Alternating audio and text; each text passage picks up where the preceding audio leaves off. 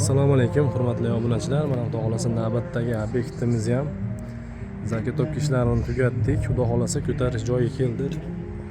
Bu joyimiz bilan tanishtiramiz. Bu joyimiz 17 metrga, uzunasi 26 metr, devorda yog'i ham 13 metrlik firma tushadi. Shu bilan 26 metr. Mana yerda o'zi 14 metrlik joy. Firmalarimiz xudo xolasa tayyor shotli bo'ldi.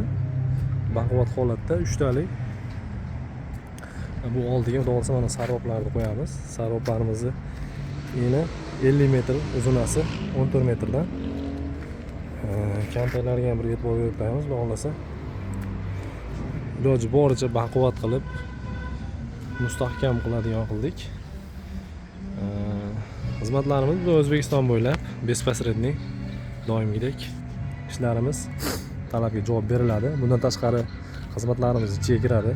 Katta molxona, to'yxona, katta kichik obyektlarimiz, kichik naveslar, har xil uyda tomli erkinlikmi, erkinsizmi, bir skatmi, ikki skatmi farqi yo'q. Chiroyli holatda bitkazib beramiz.